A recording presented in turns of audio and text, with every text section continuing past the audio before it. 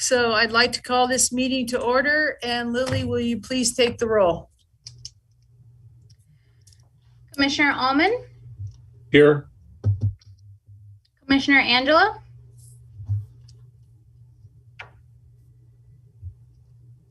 She's muted.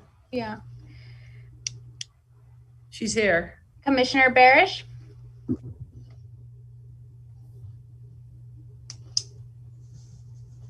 He's here. He's here. Commissioner Diamond? Yes, I'm here. Commissioner Myrtle? Here. Commissioner Miller? Here. Commissioner Liberty? Here. Commissioner Rich?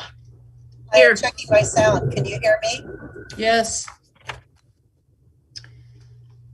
Commissioner Riley? Here. Commissioner Weir? Here. And Chair Moscotti. Present. Thank you. Is there any public expression on non-agendized items, please? And Lily, you have to help me on that. This is Carmel. I'm checking my sound. Can you hear me? Yes. Yes? Lily, can you help me on that? Is there any community comment? No, there's no comment. Okay. Thank you, everyone. Greetings. Happy March. And we won't meet before Easter, so happy Easter to everybody. And we All right, I think Commissioner Myrtle and Commissioner Riley have their break. Oh, I'm sorry. I apologize. Commissioner Myrtle, please. Thank you.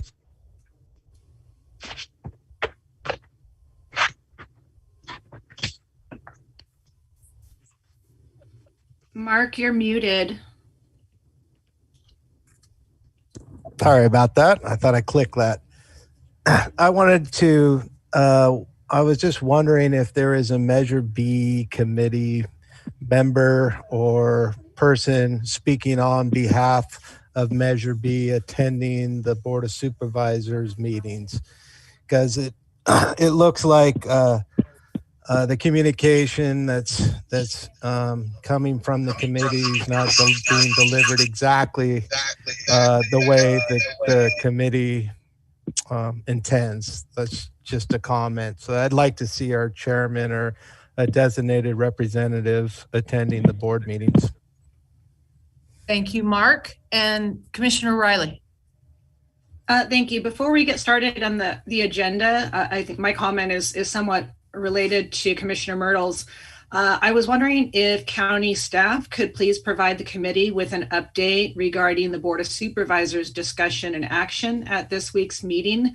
I'm not requesting any action or anything, but there was a couple of hours of discussion by the Board of Supervisors that I think might be pertinent to our meeting today. Thank you, Commissioner Riley. Any other comments before we get going forward? Lily, none? That was a request. Can we have county staff do that? You want an update? Actually, I can do that, some of it. And I'm glad to do so, Commissioner Riley. I will not be able to cover everything. I am just looking at certain things that I asked to be updated on. On the 22nd, CIT funding was granted. The gun locker was granted for the Behavioral Health Training Center. The construction contract was okayed for the training center and the sprinkler system and the LED lights. The Board of Supervisors asked for a feasibility study for the PUF regarding remodeling buildings and a ranch concept. And they have asked for, which we have not done, an annual independent audit. So that is my little recap. That may not be everything. I'm sure it's not everything that went through the Board of Supervisors, but that is what I know. That happened on the 22nd, I believe. Does that answer your question, Commissioner Riley, to a certain extent? To a certain extent. Yes, thank you. Yes, Madam Chair, if I may. Yes, And I apologize. I don't know that I'm going to remember everything, but the board did direct me to come back with an ordinance specifying the length of term for the Measure B commissioners, since that's silent in the Measure B ordinance. And what they had indicated they wanted was generally a 4-year term coinciding with the term of the supervisor that makes the individual appointment. thank you. Christian, this is Tom. Can I assume that only involves the 5 commissioners from the Board of Supervisors appointments, but the other appointments are, since our vote are passed, there would be nothing that would change their length of office? Yeah, the only thing that may be different would be, I believe, that specifically the BHAB rep and the NAMI rep might need to be reappointed after a certain period of time. For the other particular officers, it would be the designee of the, so for example, the current sheriff's designee, the current auditor's designee, et cetera. Does that answer your question, Commissioner Allman? It does, thank you. Okay. Thank you, Council Curtis. Anything further before we get into the meeting, please? Hearing none. 3A, approval of the minutes from the February 24th, 2021 meeting. Do I have a motion to accept, or do I have any edits, please? I have no edits. I'll move approval. This is Member Riley. Thank you, Member Riley. Do I have a second? Allman. Thank you, Commissioner Allman. Any further committee comment? Any community comment? No, it doesn't look like it. Thank you. Can you call for the vote, please? Commissioner Allman, Aye. Commissioner Angelo, Yes. Commissioner Barish, Yes. Commissioner Diamond, Yes. Commissioner Myrtle, Yes. Commissioner Miller, Yes. Commissioner Liberty, Yep. Commissioner Rich, Yes. Commissioner Riley, Yes. Commissioner Weir, Yes. and Chair Moscotti. Yes. Thank you, everyone. Moving on to item 3B, March 2021 Measure B financial report. Lillian, is Andy on? Yes, she is. Andy, would you please go over the financial report?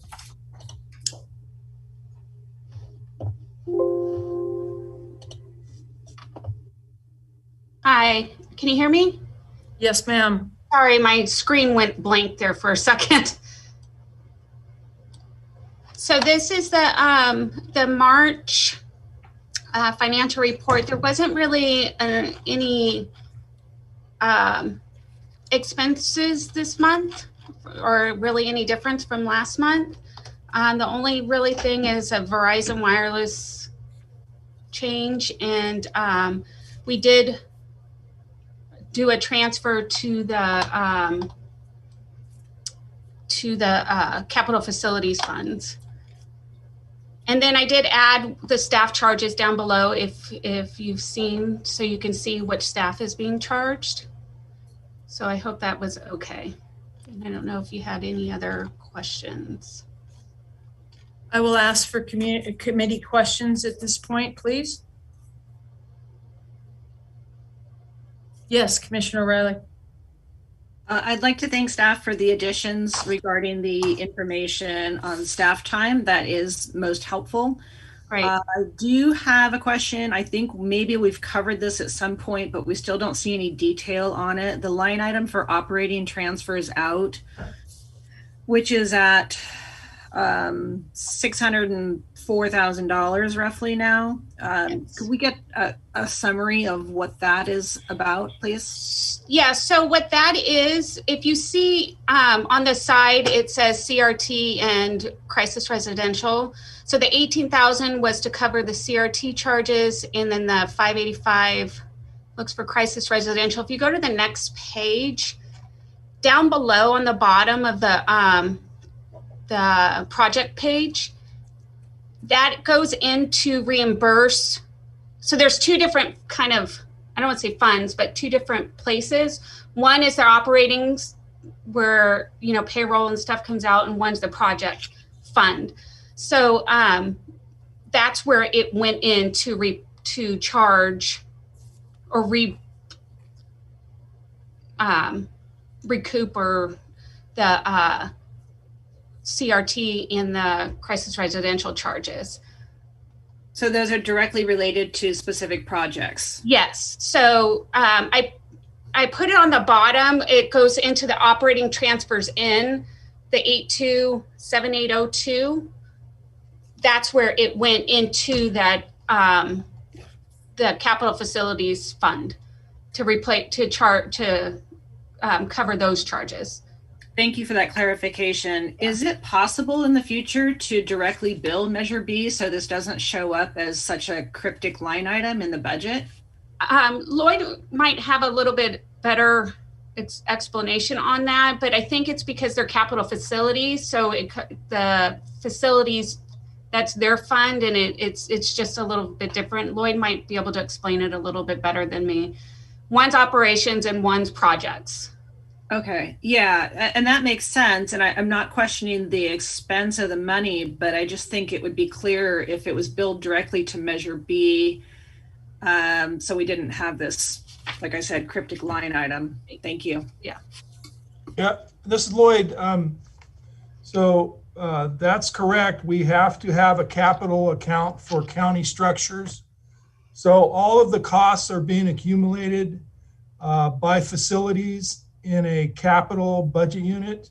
And what you see on the bottom of the Measure B expenses is our reimbursement to that capital account covering the costs they've spent to date. So it is actually a billing that's happening between those two budget units. All right, thank you very much. Okay, thank you. And thank you, Lloyd, and thank you, Andy. Any other further questions, please, from the committee? Is there any community comment, please? Yes, Sherry. Sherry, please go ahead. Hi, hello everyone. I have two questions or comments. One is also related to the transfers, operating transfers outs, that's roughly $600,000. And I see that it's, was charged for different facilities, but there's no detail provided. So, $74,000 for the CRT, $62,000 for the CRT, and so on and so forth. And it says, whether it's Couples and Son, whether it's Nocton Lewis, but these contracts that the county has with these vendors, the contracts are broken into parts. And if you don't get any detail, it's impossible for the Oversight Committee to know how those parts of the contract are being, whether or not those dollar amounts mesh. It's just a one lump sum number that you see. So I don't know how there's any oversight of the actual contract with no detail of what actual services were provided. So that's one comment. And then the other one is related to the salary and benefits. At the top of the page, the total is just under $94,000. And then in the summary, it's about $10,000 to $11,000 more than that. So those two numbers don't match. And so I'm wondering if that extra $11,000 were March charges that didn't show up above. And if they are, that $11,000 is almost double what the normal salary and benefit charges were per month. So I question the, I guess the mismatch there. And that's all. Thank you. Thank you, Sherry. Appreciate your comments. Any further community comment, please? No, there's nothing. Hearing none. Oh, excuse me. Shannon, please. Thank you. On behalf of the comment, I would like to request a response if we have one. I'm not sure if that would come from Member Weir or Dr. Miller. Andy or Dr. Weir, do you have anything on that, please? So this is Lloyd. I'm wondering maybe if 2 pay periods have been left off above, but in answer to Sherry's question, there are 2 pay periods in a month. So I would look for 11,000 to be appropriate or accurate for a month's worth of salary and benefits. But it does look like a couple pay periods might be left off. Maybe Andy could confirm that. So the pay period 0321 was the last pay period of Allison's, since she was here. That was the last pay period. So there's no other direct payroll charges that go up above. All the other charges, staff charges, come out of the special department expense because they are staff from a different department or a different fund, so mental health, that is getting transferred into Measure B. So the payroll won't show up on top in the salary and benefits. That's only for people that are directly billed or directly come from the Measure B fund. So like Allison's payroll, that's where it would land. So since her last pay period was pay period 3, there should be no more payroll charges coming out on the top.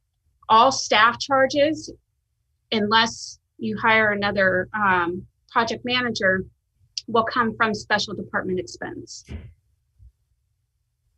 So that's why there's a difference in the bottom, because Allison's charge was up above and then all the other staff was special department expense transfers into Measure B. And then the difference, since it's her last pay period, things were paid out and however payroll rolls gets charged. I hope that answers the question. Any further, please? Okay, thank you, members. Member Myrtle has his hand raised. Oh, I'm sorry, I can't see it. I'm very sorry. Member Myrtle, please. So the detail for account 865802, operating transfer out 585,643, reimbursement for training projects and crisis residential treatment. Is there detail behind that? Because I think that's the question we're asking, not the 11,000 is important, but the 585,000 I think would deserve some type of breakdown. Lloyd or Andrea? So that part, it's on the project page. So it's part of the project page. So they did it at a certain point, and then so they took it to as of January or February, and then so it's all those charges are part of those charges. Yeah, Tom, if you look at the last page, that is the detail of the projects. And then if you look at the box below, you can see that to date, Measure B has only reimbursed 585,000 of the 599,000 for the CRT, and only 18,000. Well, they've reimbursed the entire 18,074. So it's just a matter of timing. Right. And each month we'll catch up with whatever we owe. Thank you, Lloyd. Wouldn't the transfer equal the amount that is detailed, or am I missing something? It should, but it just depends on when they do the transfer and when I do the report. Okay. It's just the timing of it. So at the end of the fiscal year, everything will be accounted for. Okay. Thank you. Okay, any other questions from the committee, please? And I'm sorry, I cannot see if you raise your hand, so. Okay. Moving on to item 3C, discussion and possible action regarding the fiscal year 2021-22 Measure B budget. Andy, please. Okay. So I projected the salary and benefits for the project manager and a staff assistant 2 at 0.25. I'm not sure, depends on if those get filled or not, or whatever is going to go on, but we need to put something on there. And then projected cell phones, insurance, office expense.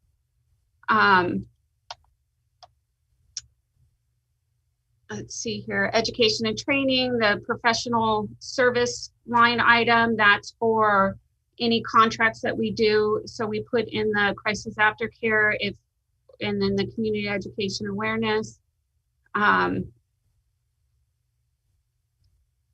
Public legal notices, 887. I'm not sure if you guys have questions or if you want me to go through what each one amount is. Please, yes, Shannon, please. I do have a couple of questions. My understanding, based on what I read in the newspaper, was that the position of project manager was eliminated. So I was confused to see regular salaries included in this budget. I don't know how we would fill that position if it was eliminated. And I do have a couple other specific questions. Maybe I will just go through them quickly and then we can talk generally and more specifically afterwards. Office expenses was typically where we purchased office equipment, chairs, things like that. We already purchased all of that stuff for the project manager. And if we do not have dedicated staff now and the work is being done by existing behavioral health staff, then that budget seems high to me. My question was about what contracts is the professional and special services number based on, 610. So I think I heard you say crisis aftercare and community awareness. And then A87 charges, we've got $20,000 here on the budget. And that's not something I've ever seen on our expense reports. So I'm curious to know what that is. And then how we arrived at the special department expense number. Thank you. Thank you, Commissioner Riley. Andy, do you have answers to that real quick, or Lloyd? For the salary and benefits, I wasn't told that it was, I'm not sure how to answer that. The position, I was told not, I haven't been told that it was eliminated. So we just budgeted for it. If we don't use it, we don't use it. So we just needed to put something in there just to have the allocation in case something happens. As far as the office expense, I'm not sure. It's just a number. Again, if we don't have to use it, we won't use it. Professional services, crisis aftercare, you're correct, and the community education is where those are. That's why it was so high. And then the special department expense. So there I estimated that's where our other staff charges come out of. Again, so I just kind of estimated who, like my time, Lily's time, some staff time that goes in there that we might use throughout the year. So just a percentage of our salary and benefits are in there. And also the three, I don't know what you guys call them, but our MOPS position, the mobile outreach position, I'm not sure what the correct term is, but those 3 positions also would come out of their mobile crisis response will come out of those positions will come out of there, since they're budgeted in mental health, and county council charges come out of there too. So if county council charges us for Measure B services, then those come out of there. And sorry, Andy. Yeah. I was going to ask Lloyd to speak to the A87 expense. Yeah, he's probably better to explain A87 than I am. Well, yeah, hi, this is Lloyd. We've discussed what A87 is. It's a charge to our budget unit for using the services in other county service departments. This is a state-approved plan, and it's 2 years in arrears. So that's why we haven't seen a charge for the last 2 years on this. This will be the first year, and that's an estimate of what it might be. We will only be charged the actual amount, which we won't know what that is yet till the end of the year. But so that's in there for the budget for next year. Thank you. Would it be possible, Lloyd, to get a description of that plan? Like the city of Ukiah has what's called an allocation plan. It's part of our budget. The public can see how we determine those charges and allocations to other departments. So I assume the county has something similar so that we could see what comprises that number and how it's determined. Yeah, that's correct. We do have that. That plan has been submitted to the state and is in the process of being certified. So once that's done, then that'll be available to us. Thank you. Madam Chair, if I may answer Yes. one of Member Riley's questions. I did see that one or more of the newspapers had reported that the position had been eliminated. I think that that's the result of a confusingly worded press release that may have gone out. That may have contributed to some confusion. The position has not been eliminated at this time. The board would have to take action to eliminate it, and I don't believe there's anything agendized to do so at this point. Thank you, Council. Any further committee comments, please? Hi, Donna. You can't see my hands. Yeah, so I'm okay, just gonna Mark. speak Yes. out. No problem. The total expended transfer of $3,018,225. I see $1,027,000 and $134.55. I went and added in the $2 million from the page before. The numbers don't add up. So, what's the difference between, or what is the $3,018,000? You're speaking of the line item 865802, correct? Yes, thank you. Andy, please. That's your operating transfers into your projects budget. So that's for part of the CRT, the PUF, or the training center. So that would go into the capital facilities transfer. Is that on the previous page or is that? No, Okay. no. So we don't have detail on what that is. Not on this page, no. Well, I would like to see, if we're going to adopt a budget, I'd like to see what those numbers are. It's $3 million. That's just me. Okay. Thank you, Mark. I agree with that. Thank you very much. And I have a question, I guess. is that Ross? Yes, Ross, please go ahead. So I'm with Mark and Shannon on that. A $3 million here, $3 million there, pretty soon it adds up to real money. And I mean, these are the strangest P&L statements I've ever looked at. And it seems like it's not cash basis or accrued basis. It seems to be some kind of hybrid between the two. which is just really strange. Is this a really standard format for government? This could explain why government operates the way it does, actually. Lloyd, do you have an answer for that? So what you're looking at is one page of a budget. This is the 21-22 budget. These are line item estimates of what Andy and the staff have determined we may spend during 21-22. We will only get charged the actual costs, whatever they end up being, but we have to kind of think ahead and estimate what we're going to spend on, for instance, on the 3,018,000.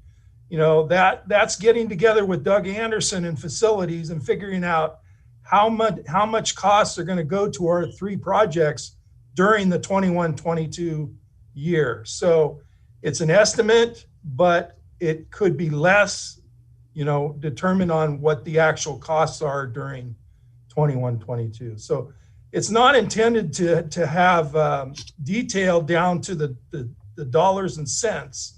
We have lump sum estimates of what we're going to spend based on historical performance, and you know, we could work to determine a detailed budget, but at this point, presenting the line items is what we need for the county to get our budget approved and in the books.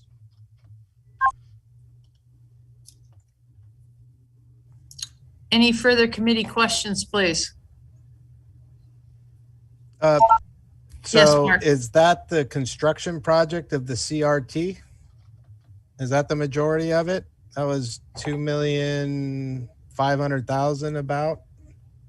Is that what that is? Does that make up that number? I mean, I'm not asking for a detail to the penny, but I'd like to know an explanation of what the 3,018,000 is. I mean, I think that's reasonable.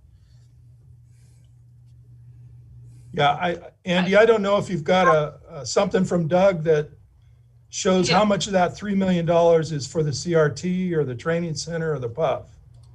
So,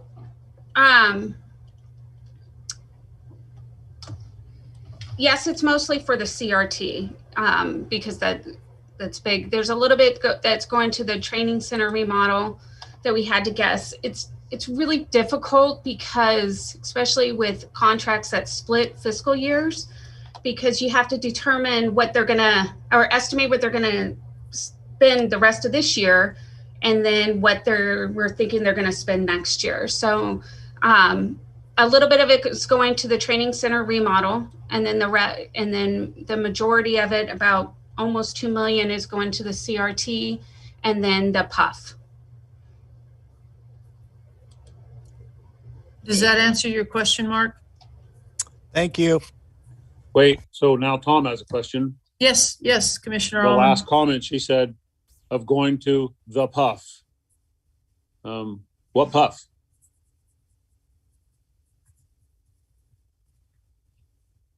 Point taken, Commissioner. I'd be thrilled if we could get that answer, because I'll be a happy camper if we know which PUF, but this is the first I've heard that we're putting money towards a PUF. Thank you. Thank you, Commissioner. Any further questions, please? Any community comment, please? Yes, Sherry. Yes, Sherry. Sherry? Okay, sorry. I have a lot of background in preparing budgets, and to have just looking at the expenses, to have a $4 million expense budget presented in about 3 inches of line items seems pretty outrageous to me. I'm not talking about detail for small line item amounts, but 610,000, 388,000, $3 million with no subcategories that explain it at all, except, well, maybe 2 million here, maybe 1 million there. It's, as an I don't know how the Oversight Committee can do oversight and approve a budget like this. There is no information to oversee. I understand that contracts split fiscal years, but you still give your supporting numbers that you give your numbers that support how you arrived at these numbers, knowing that you're not going to get everything done in 21, 22, but what is the plan? What numbers support these? What's included in there?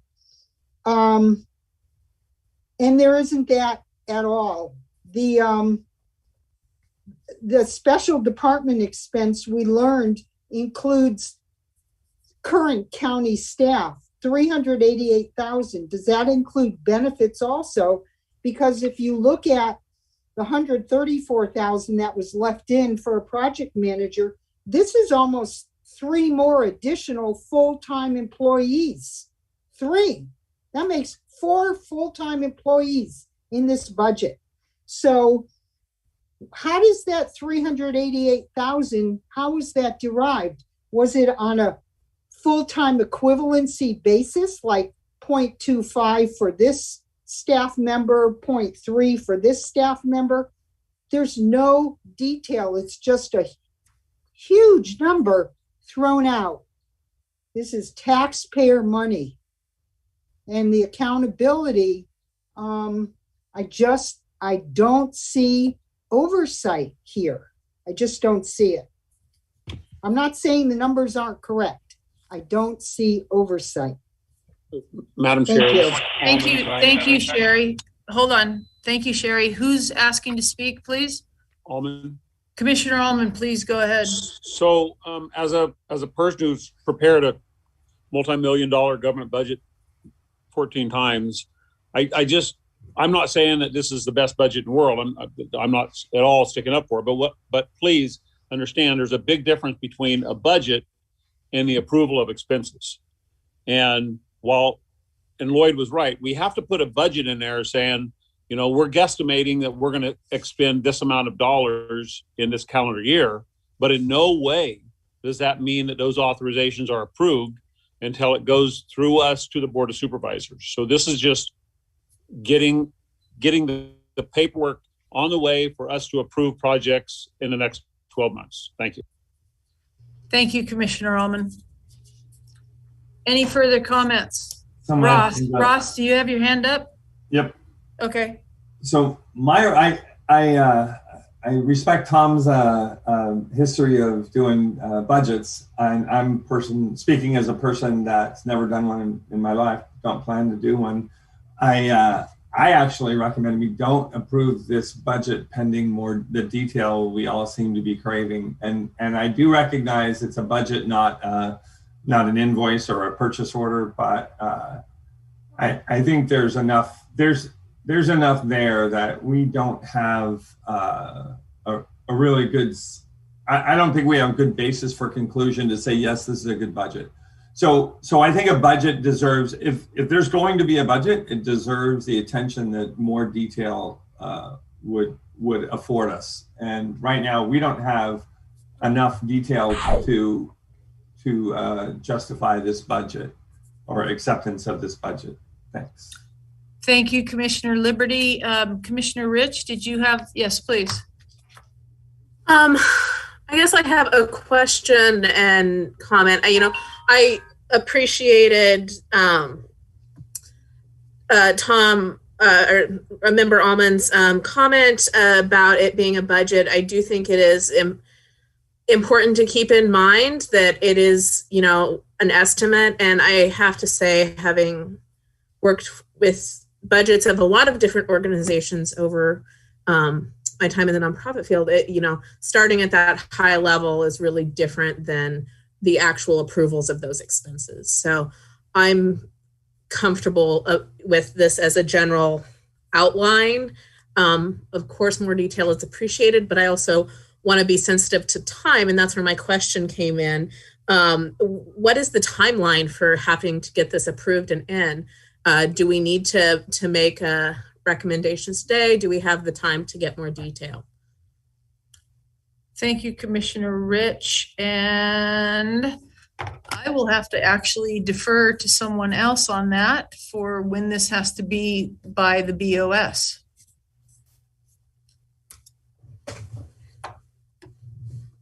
Commissioner Angelo or Commissioner Miller, do you know that answer? Hi, this is Carmel. I'm sorry I lost reception. I'm back. And so if you're asking about this particular budget and when it has to be into the board, we're in a budget process right now. We won't be bringing a recommended, can you hear me okay? Yes. Okay, thank you. We will not be bringing a recommended budget to the board until June. However, in the budget process, the departments do turn in their draft budgets to the executive office. So I honestly don't have the time frame in front of me. I know the departments turned in draft budgets already. I believe it was on Monday. I hope I'm right with that. So I would have to defer back to the department as to, is there another month time frame here, or is this it? So my apologies, I don't know. I've got to return that back to the department. But as far as a total county recommended budget, that will go to the board in June. Thank you, Commissioner Angelo. Commissioner Miller, do you have anything to add to that? So I would just say, echo what Carmel said. We had to do draft budgets in by Monday at 9 a.m. to submitted. So those have all been submitted, their draft budgets. We do have budget conferences in April, and then the budgets will go in front of the board in June. So I would have to defer to Lloyd on whether this budget can be opened back up if we want to make changes to that budget draft that has been submitted, because it would require the auditor's office opening it back up for us. And so he could answer that. But I did want to note that the special department expenses, I just wanted to clarify that. I know Andy said it, but since it was a little bit possibly confusing, those are 3 full-time positions because we approved the mobile crisis response. So yes, you are seeing 3 full-time positions in there to fund those 3 mobile crisis response employees that we approved and the Board of Supervisors approved to hire, and then the addition of some behavioral health staff time. And that is actually broken up by like 0.05, 0.10. I mean, it's really broken up. So you'll see that it's not through 4 full-time people in that position, because 3 of those really do make up the bulk of the dollars because they are full-time, fully benefited positions for mobile crisis response with law enforcement. Thank you, Commissioner Miller. Commissioner Lloyd, where do you have anything to add on the budget, please? Yes, absolutely. So yeah, Monday, the draft budgets were due to the CEO's office, and they are being analyzed and presented in a format that will be talked about in each budget conference with the department heads. So Janine and Andy have a chance to bring this budget back during budget conferences, which are in April, and changes can be made right up until, like Carmel said, right up until the budget is finalized by the board. So plenty of opportunity to change it going forward at this point. Thank you, Lloyd. Any further comments, please? Yes, Commissioner Rich. So another clarifying question. So am I understanding that if we chose to approve this high-level outline today and request additional detail next month, we would be able to then ask for changes during that budget conference period or after? And part 2 of that is, do we have to get it in, like, do we have to get it in the queue now, or could we get it in the queue later? My understanding, and anybody please correct me if I'm wrong, we could get it in the queue. It's in the queue, but we could make any change, or we could recommend. We cannot make any changes to it. I want to make that very clear, but we could recommend changes to it. So I think basically what this committee wants, and if I'm wrong, please tell me, they want detail. Not so much worried about the numbers, but worried about the detail of the numbers. And if I'm incorrect, please let me know. Well, Donna, Tom here. Yes, sir. You are incorrect. Incorrect on the part that we don't have the ability to make a budget. We most certainly have every reason in the world to make a budget. And whether or not the Board of Supervisors agrees to approve it, that's out of our hands. But no, please do not put the responsibility of making this budget into any other person or group's hands other than the Measure B committee. Thank you. Thank you, Commissioner Ullman. Ross, do you have a question, comment? Yeah, just that I think we need to set staff up for success, not for failure. We need to say, oh, this is the kind of detail we want. And we need to make sure that something like this doesn't go forward without us giving an opinion on it. But I don't think we should just go forward with something with such vagaries, I guess. But we need to tell staff what we're looking for in a budget. Otherwise, they're just guessing, right? They're guessing at what we're gonna want to know. And I think that's just setting them up for failure instead of setting them up for a successful outcome. Thanks. Thank you. Donna, this is Almond. Can I make a suggestion? Yes, sir. Can we move this to the last item that we look at today, right now, move on to the next item? And maybe we could have some of the people who prepared this be prepared to give us an update just on that one line, the $3,018,225,000 item. If there were items in there that broke it down into what large items we're talking about, I think that the majority of this group would be satisfied with that, instead of just assuming that everything is going to be, taken care of. Can we talk about this as the last item and ask staff to take care of this? Can I ask if Andy, would that work for you? Yes. That will work for you? So I just want to be clear. You want to know what is in that the operating transfers out? Is that the question? I know for Almond, that's my concern. Yeah. Okay. And it sounded like it was Commissioner Myrtle's concern also. Yes. Okay. Yes, I don't see any reason why we cannot do that and get a little extra deal and then just approve it and move on. Does that sound fair to everybody? Item 3D, discussion and possible action regarding Measure B committee support positions going forward. Ross.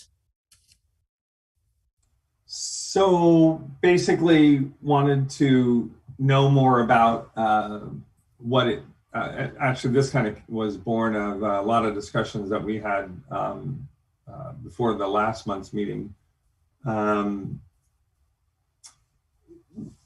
It seems to me that that our task, right, our value proposition as a committee is to provide oversight, and I worry about and without any without judgment on the individuals, I worry about the independence of our oversight when the staff is provided by kind of the agencies or the agencies that benefit from the money Measure B brings in. I think that's a problem, and it's I don't know, kind of a conflict of interest. It seems like maybe the committee needs to, instead of having a county staff person, is maybe have a consultant that can act as our staff, as opposed to somebody that works for behavioral health or any other government agency for that matter. So yeah, I got quite the earful a month ago on this, on exactly how the employees are, or the staff doesn't work for us. They work for another government agency, and that agency is responsible for them. And that was kind of news to me. I thought they were working for at the pleasure of the Measure B committee. So anyways, I think that requires some discussion. Thank you, Commissioner Liberty. County Council, is there any issue with hiring a consult? What is the rules over a consultant versus an employee? There's a few different areas to touch on there. First of all, as a member of Liberty's sort of initial comment about the possibility of an employee sort of serving at the pleasure of the Measure B Commission, generally speaking, advisory bodies within the county, I would characterize this as a fiscal oversight and advisory body, in that you make recommendations on spending and then you perform audits and oversight on the back end to ensure that expenditures were appropriate. Generally those sorts of bodies, commissions, committees, et cetera, don't have any sort of direct authority with respect to employees. The county structure generally is that there's a handful of positions that are appointed directly by the Board of Supervisors. Many of those are statutory, such as my own position or the Ag Commissioner. Some of those are created by ordinance. For example, the CEO is a creation of convenience for the board. Same with the clerk of the board type position back when those were separate in this county. And then there are a handful of positions that are, elected. We have our sheriff, our DA, our auditor, our assessor, et cetera. And, those department heads are then charged with sort of managing their own departments and having the individual employees underneath them. In the county structure, we've got an additional layer where there's a few other legal obligations that are imposed upon the county.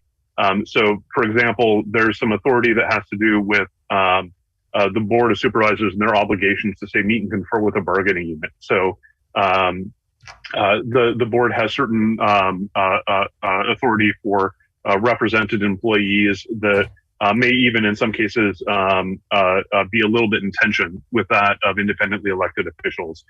For example, the district attorney doesn't get to set the salaries of the deputy district attorneys, and there may be certain things that they can bargain with. They have to bargain for there that are set by the board rather than by the individual electeds. And then as additional piece of that, we also have a Civil Service Commission, which is charged with deciding various personnel issues for those employees in their jurisdiction, which is the vast majority of employees in the county. And that was actually enacted by a citizens initiative. So the board's own authority there is somewhat limited. I would say, as a default proposition, I mean, this is not a body that has any spending power, for example, and it's not a body that has, any sort of governing authority. So I wouldn't want to create any sort of false expectation that there would be an employee position that would be reporting directly to this board and or to this committee and hired and fired by this committee. I don't think we have any precedent for that within the county, and there would be some, I guess there may be questions as to whether the board might be able to set something like that up. But I would have a little bit of concern as to the extent that might conflict with the civil service ordinances and requirements there. In terms of contracting, again, this committee doesn't have the ability to enter into a contract. You could certainly request that the Board of Supervisors, budget some money and either the purchasing agent or the board, create a contract to have someone assist the committee.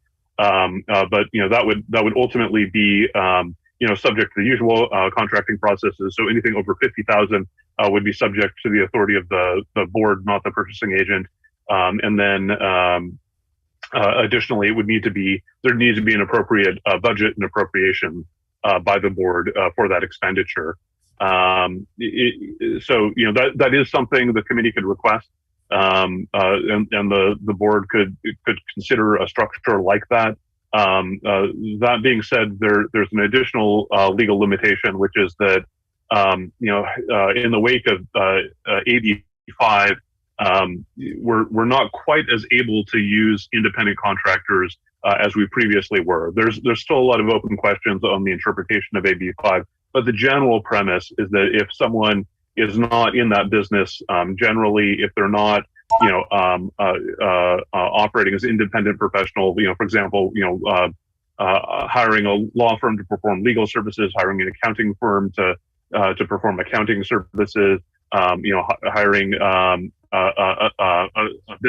person who's in that business generally, then it may be necessary to go ahead and make them an employee rather than a contractor. This actually comes from a very old distinction in the common law between when someone was an independent contractor and when someone was an employee, and that's expanded for a lot of different purposes. So, originally it had to do with the liability of the employer versus the employee when, accidents were to happen or things along those lines. But over time, it's evolved to encompass a lot of tax consequences, workers' comp liability, insurance obligations, and another other obligations. So, if there were to be a consultant hired, I would say it becomes a lot more difficult if what you're looking to hire someone for is not sort of within the classic consulting model, and something that person is in the business of doing generally. Where it starts to become problematic is if it's someone who looks a lot like an employee, because then there can be a lot of adverse consequences if they're mischaracterized essentially as a consultant rather than an employee. So hopefully that covers some of the basics. I'm happy to answer any specific questions the committee might have. Perfect. Thank you, Counselor. Mr. Schertz, do you have anything to add, please? I believe that County Counsel Curtis has said all of it. I have not seen anything different than what he's explained. Thank you. Do I have any further committee comment, please?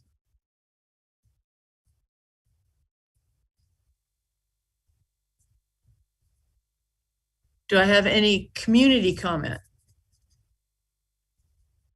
No. Commissioner Liberty, do you have any further comment, please? I think that County Council's points and authorities are well taken. They hadn't really contemplated that you couldn't hire a consulting, probably hire a consulting firm or something.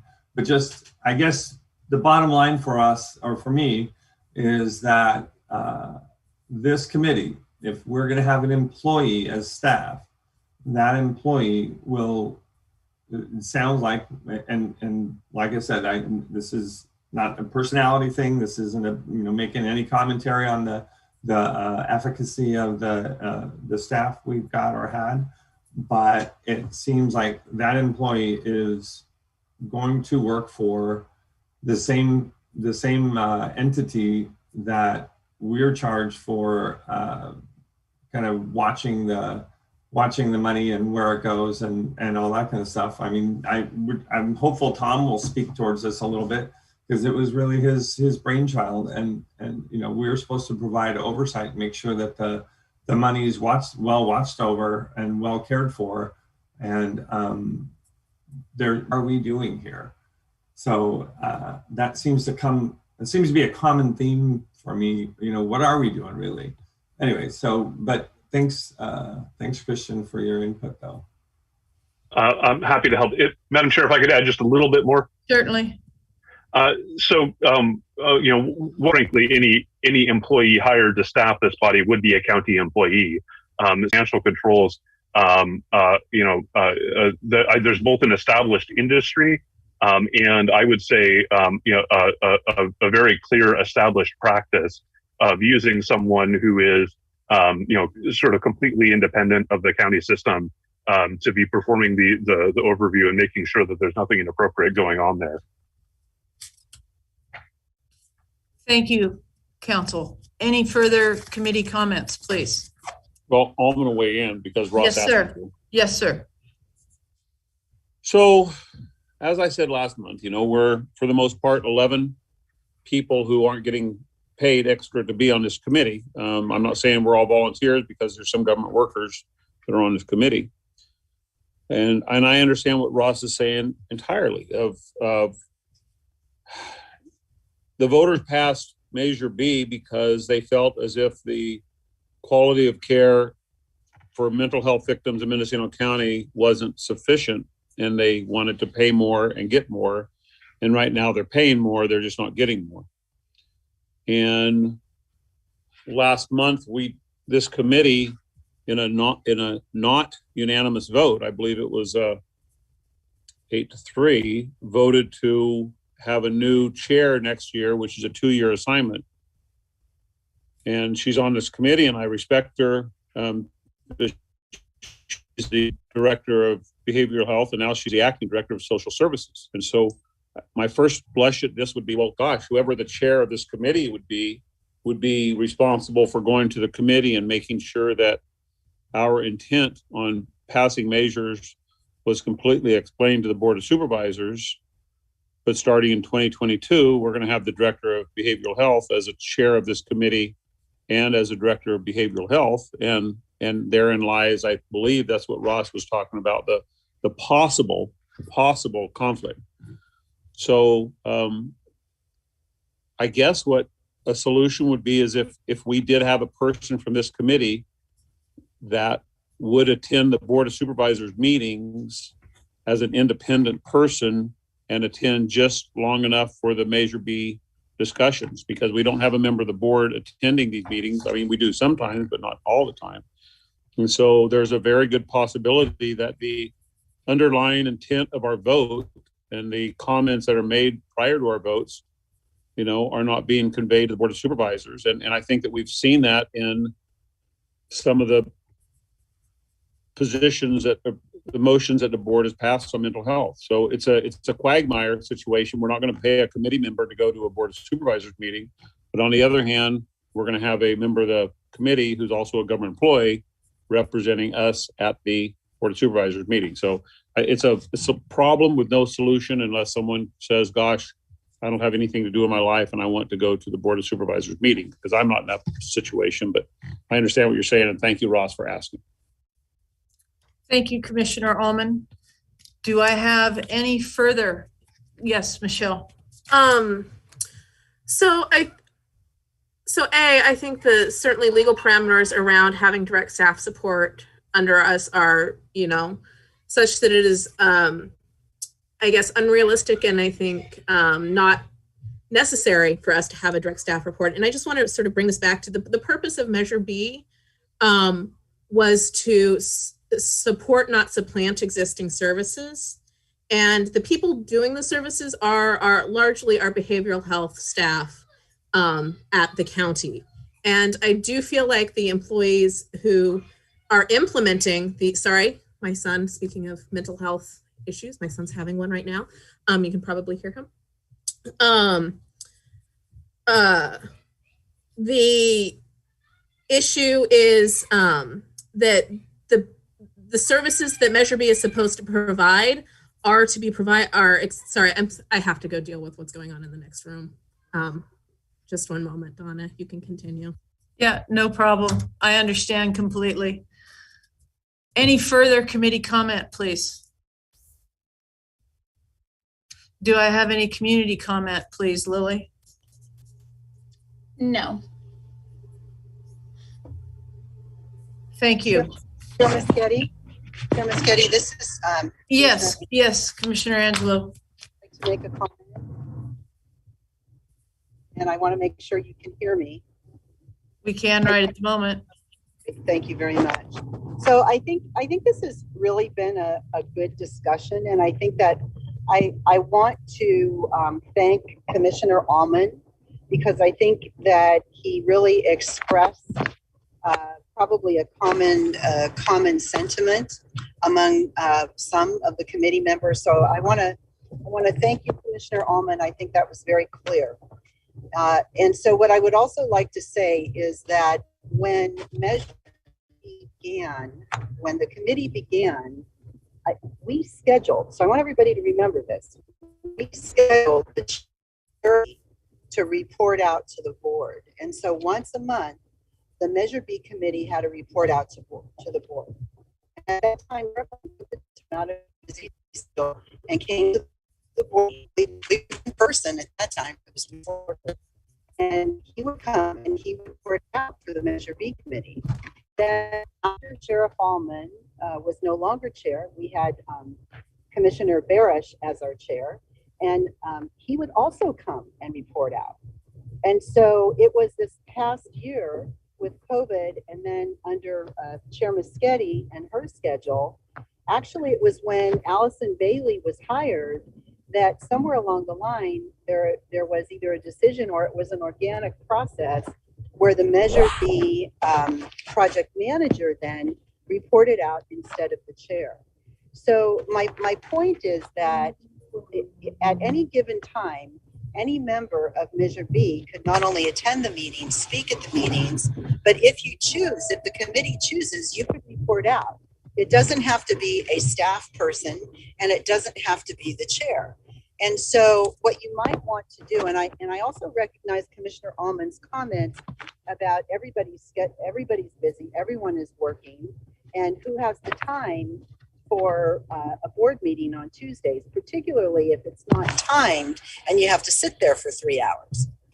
But what I would suggest, if it's important to members of this committee to report, to represent this committee, and you don't want to leave it up to staff or the chair, the staff will be there anyway, and the board will ask the staff for a report anyway. That will happen. And regarding the chair, we always encourage and invite the chair. And given that we're going to reach a point where the chair is also staff, the committee may want to do a rotation. You may want to decide from month to month as a committee who you want to come to the board meeting that Tuesday for the Measure B committee update. And how you can do that is we absolutely can narrow the focus. So we could narrow it down where for Measure B, maybe we know that the Measure B update goes at 9:30. So we do public comment, we go straight to the Measure B update. So my point is that there are options. If it's critical to members of this committee that you report out, that you represent Measure B and you report out to the board, we could make that happen. And there was a time when the chair did report out, and it wasn't only the Measure B project manager. I won't take any more time with this. The point is that we could make this happen if that's what you want. Thank you. Thank you, Commissioner Angelo. Any further comment, please? Michelle, are you back? Hold on just a second, Commissioner Riley. I'm back. I'm listening. It's still a little loud here, so I'm just going to keep my sound down and listen. I'm so sorry. You don't want to speak? I think I'll get interrupted again. So okay, I'm so no sorry. worries. Commissioner Riley. Thank you. I appreciate CEO Angelo's suggestions. And I agree.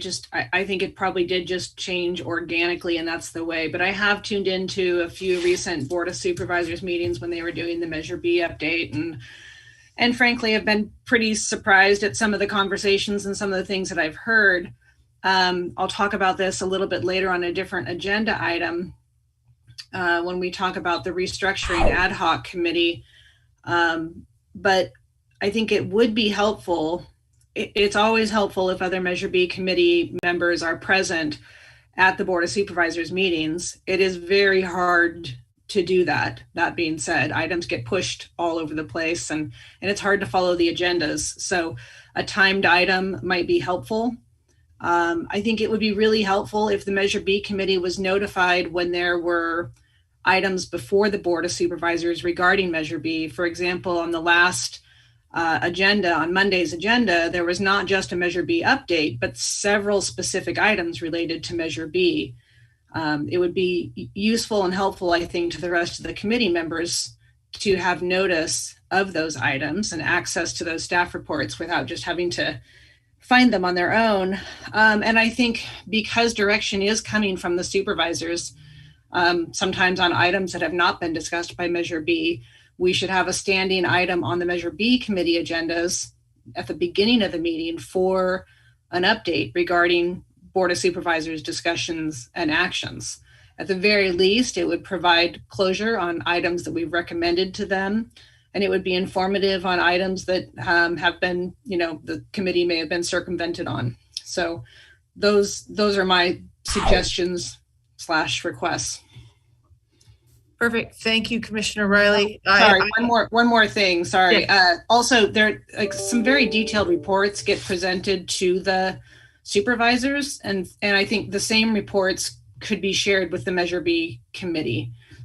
For example, there was a 9-page summary of all of the Behavioral Health Committee activities since 2018. We've never been given that report. There is a 12-page proposal on a PUF that Measure B has never seen. So anyway, anything that's shared with the committee, the supervisors on Measure B should also be shared with the Measure B committee. Now I'm done. Thank you. Thank you, Commissioner Riley. Sorry, I'm writing all these things down. Okay, any further comment? Committee comment? Any community comment? Lily? Yes, Sherry. Yes, Sherry. So the issue of a Measure B member reporting to the Board of Supervisors, I just wonder, things that go, the Board of Supervisors, it'd be one thing to have a committee member just report and not be there necessarily to answer questions, because I wasn't able to zoom in on the Board of Supervisor meeting that related to Measure B this week. But at the beginning, we were told what was approved at this meeting. And so it was quite a list. And so, yeah, an interface, someone who's privy to the decision-making from the county's side, someone who's privy to the internal goings-on between Measure B and the county. It would seem more logical to have that person be an interface between Measure B and the Board of Supervisors, rather than just someone who might come to an oversight committee meeting and doesn't have the breadth of information that someone who's involved in Measure B on a day-to-day basis might have. That's all. Thanks. Thank you, Sherry. Any further public comment? Yes, Supervisor Haschak. Yes, Supervisor Haschak. Good afternoon. So on that vein of thinking, we have the ad hoc committee from the Board of Supervisors to Measure B Oversight Committee. And I don't know if Supervisor Williams is on the line, but I would certainly volunteer to be a liaison of communicating what goes on at the board meeting in regards to Measure B to the Oversight Committee. Thank you, Supervisor Haschak. Anything else, Supervisor? Nope, that's it. Thank you. Any further community comment, please? Well, it's Alman and yes, sir. Supervisor Haschak, thank you for joining us. But as much as I appreciate your answer, that wasn't what the question was, because it was what this committee is concerned about is knowing everything that's going to go in front of the Board of Supervisors before it goes to the Board of Supervisors, instead of finding out what happened. I think that if this committee had been notified of these agenda items going in front of the Board of Supervisors, you would have had several members of this committee zooming in on the board meeting that day. So while I certainly appreciate what you said, where my concern is if there's somebody from the clerk of the board's office that can notify the Measure B committee of Measure B items that are going in front of the board. Thank you. Chair Muschetti, yes. This is Commissioner Angelo. Yes, ma'am. In regards to what Commissioner Alman is suggesting, a good suggestion, but I have to turn that back on the department and say that the department would notify the Measure B committee. The clerk of the board staff For instance, we have multiple meetings over the next couple of weeks. They do have a pretty significant workload, but certainly we can do everything we can to make sure the Measure B committee is aware when there's an item going forward. But I would rather have that responsibility on the department rather than the clerk. Thank you.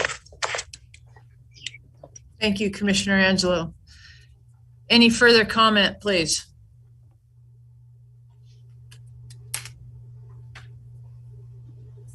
Okay, anything anybody wants to say other on this item?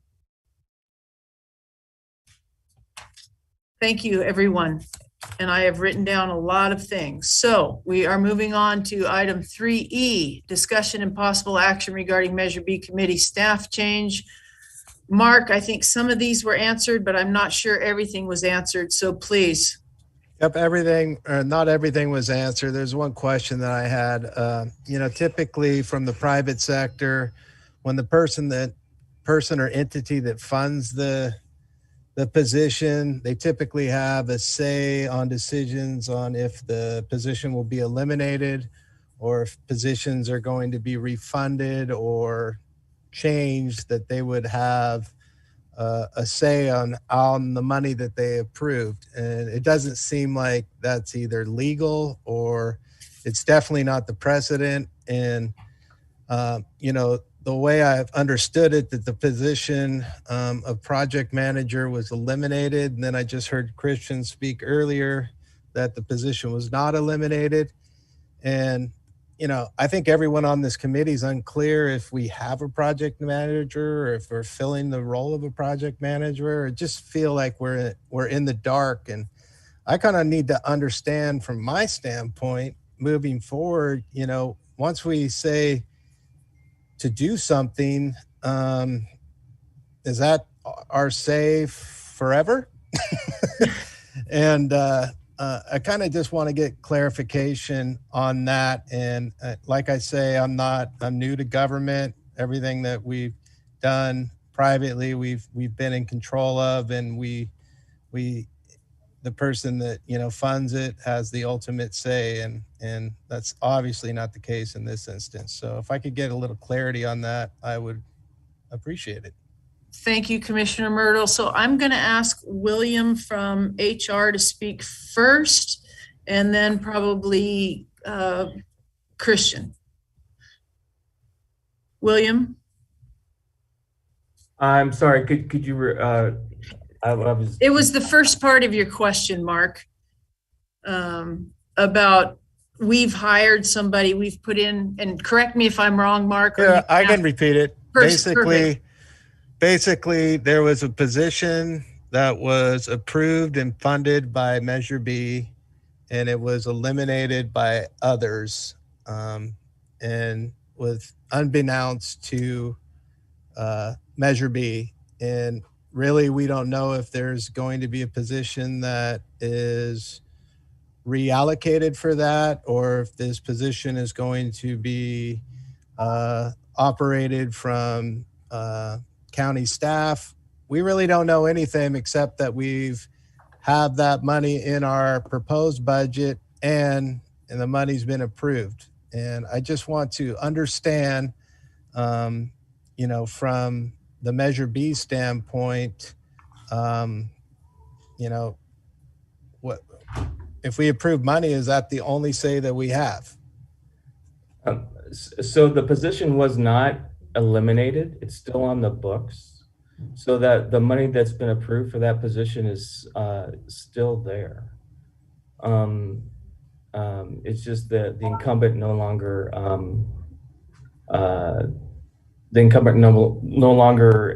is in that position. So as far as I know, there was no elimination of the position.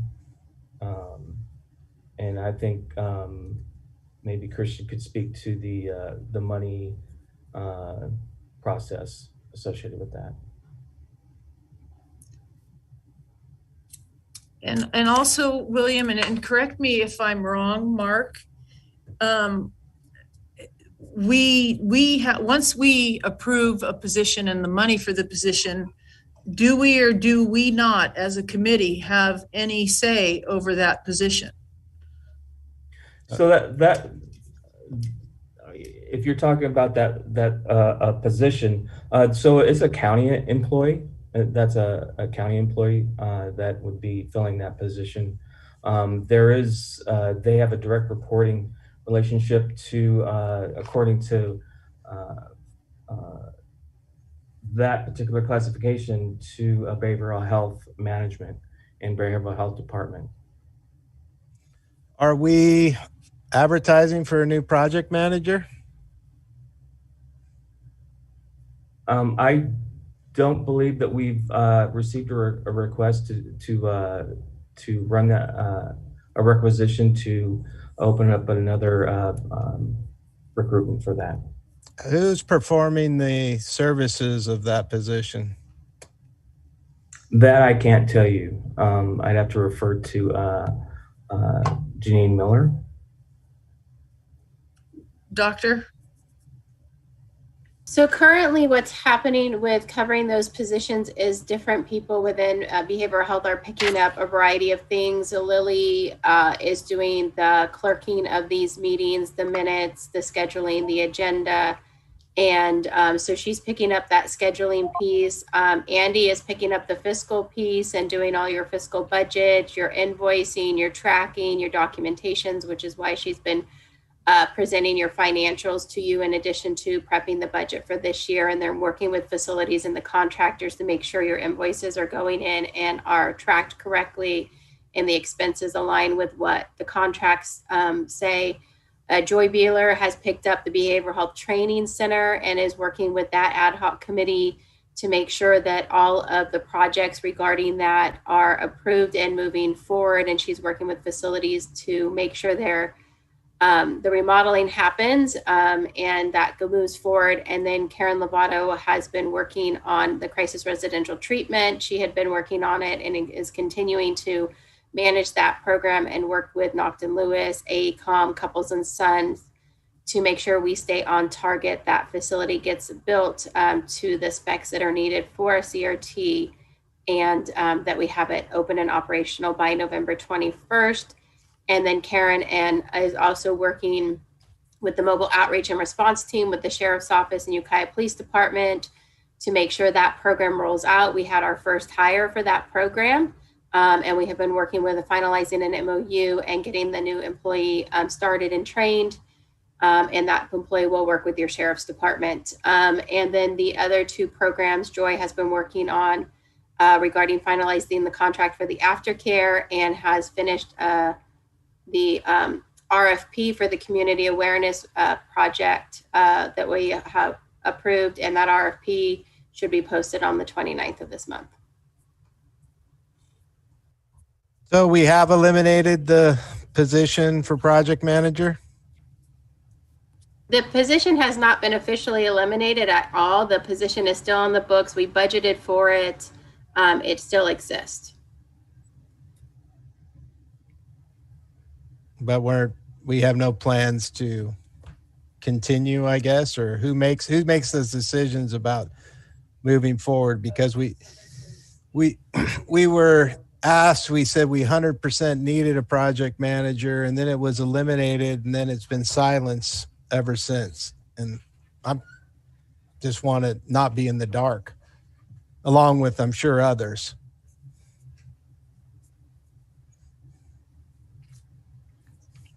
I don't know that I could speak to all of that, but I may be able to provide a little bit of clarity, if I may, Madam Chair. Yes. I do want to be clear, and I mentioned this before. I know there was confusion. The position was not eliminated. The responsibility for creating the position and the position allocation table falls on the Board of Supervisors. It has not gone to them. My understanding is that I am not aware of any sort of pending request to remove it. So right now the position exists. It is funded. And it is within the budget for next year. In terms of the plans for recruitment or filling it, I I defer to the department in terms of, you know, what they think is realistic there, or, you know, what the plan might be. And I don't want to discount that Measure B may have, you know, significant sort of thoughts or input as to, you know, what they think their needs are. In terms of just the question of the authority generally, I do want to be clear because I think some of the language has gotten a little bit confusing, and I'm worried that some of the areas that we run into some confusion may stem from some of the ways that we talk about the Measure B and the Measure B funds. You know, per statute, the responsibility for adopting the county budget, which includes the Measure B budget, falls to the Board of Supervisors. And Member Elman touched on this before. You know, the departments, you know, the various, you know, the auditor, the CEO budget team, the department heads who are responsible for the individual budgets ultimately all make their requests and their recommendations to the board, but it is ultimately the board that has the responsibility for both setting the budget and appropriating the money, which is essentially authorizing money to be spent. And as part of that, the board also has the function of deciding essentially what job positions will exist, and what the rate of compensation will be, and which of those will be sort of authorized to be filled through you know, appropriate funding mechanisms. So those are all essentially board functions, and there's actually been those weren't changed by the Measure B ordinance. And I'll let you know, I don't know that they could have been. The authors of Measure B were smart enough to understand there had actually been initiatives in the past that had tried to control the budget authority of boards in other counties, and courts had struck those down, essentially saying that can't be done either by citizens initiative or by other form of ordinance. The state scheme requires that the core budget functions and the core creation of the position allocation tables, et cetera, lie with the Board of Supervisors. So, you know, and I just want to be careful in terms of the language. You know, this committee did ask and recommend that the board fund and create the position. I'm a little bit hesitant to say that, you know, the board, or sorry, that you know, this committee, you know, appropriated the monies or authorized the position. It's a recommendation that was made to the board and was one that the board followed through on, and that has not changed. The only thing that has changed is that currently the position is vacant. Some of those functions are being performed by the department, and I would have to look to HR and to the department in terms of what they think the prospects are as to potentially filling the position going forward. So, you know, I don't know if there are any active recruitment efforts or not. I think frankly that's a reasonable piece of information to be asking for, and I don't know if there is. Frankly, I also don't want to put them on the spot too much. This is all recent enough. I don't know if there is an immediate plan for what's going to happen long term, but you know, to the extent that they're looking at that, I think that's a reasonable area of inquiry.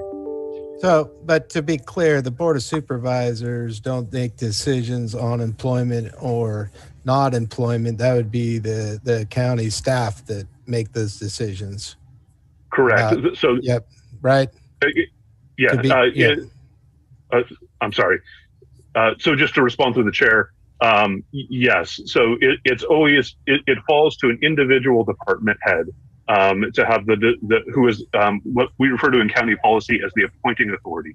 There is there are a handful of department heads appointed by the board. There are a handful of department heads that are elected, and then every other employee in the county system is appointed by one of those individual department heads.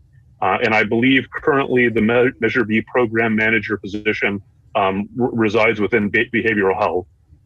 So the department head that would be responsible for making the appointment would be Dr. Miller. Now, I don't know if she's got a plan long term for what to do with this position, since we are, you know, in sort of unexpected territory. But with respect to the decision to create the position, which department to put the position in, how much to compensate the position, that all falls to the Board of Supervisors. All right. So Thank you. did that answer your questions? Yep. Thank you. Okay, Mark, you're satisfied, sir? I am. Okay, perfect. Any committee comment? Commissioner Diamond? Yes, Commissioner Diamond. Yes, I think for me, part of the confusion is in getting feedback from different parts of our system. And as a number of the commissioners have said, the Measure B Commission spent a lot of time discussing whether we needed staff. We talked a lot about a program manager, and we recommended a position. And somebody, we know there was difficulties finding a person, getting somebody on, and we finally did. And then all of a sudden, the person was no longer in the position. And I understand there's some issues around what can be shared about different staff people publicly. But I think part of what I would have liked to have known was separate from individuals, just what is the feedback loop for any staff people either going forward, because we're talking about whether we go forward and need staff. If there's a problem or if there's things are not working, it seems that somehow I, as a member, would have liked to have gotten some feedback about what was going on, or some discussion of problems that may have been going on, or just things that we needed to discuss. And there was, as a number of people said, there was a silence. And then now we're talking about moving ahead. But for me, it's a feeling of frustration and a feeling of, I put a lot of work into this. I sat on the committee that was doing some of the the listening to applicants. And moving forward, I just want to know that the work that we did is going to get a feedback loop. So if something's not working or something changes, that we at least know something before it just somehow disappears.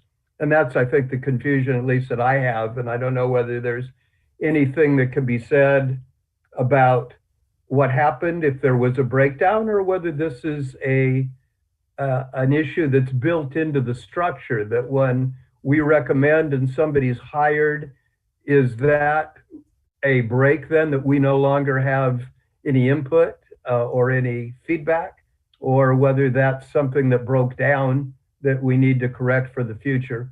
So that's some of my concern. I don't know if there's any feedback that any Janine or anybody can give that would help both understanding the process and also understanding what we might have in terms of feedback moving ahead. Could I respond to that, Madam Chair? Yes. And so, I do understand that, county structure and county processes can be kind of confusing here.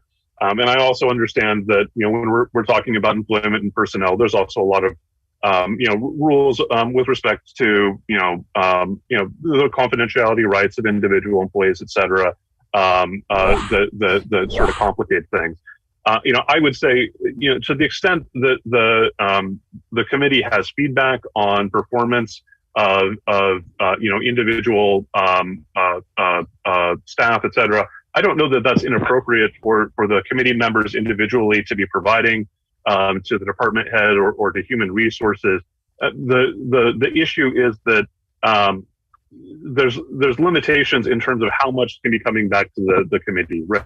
Ultimately, the department and the county are providing staff to help support the committee, but that doesn't put the committee in the position of being the the supervisor, if you will, right? Ultimately, there are some things as part of the personnel process that just have to stay individual to to the department head, to human resources, and to those that are part of that process that just aren't going to be suitable for public discussion or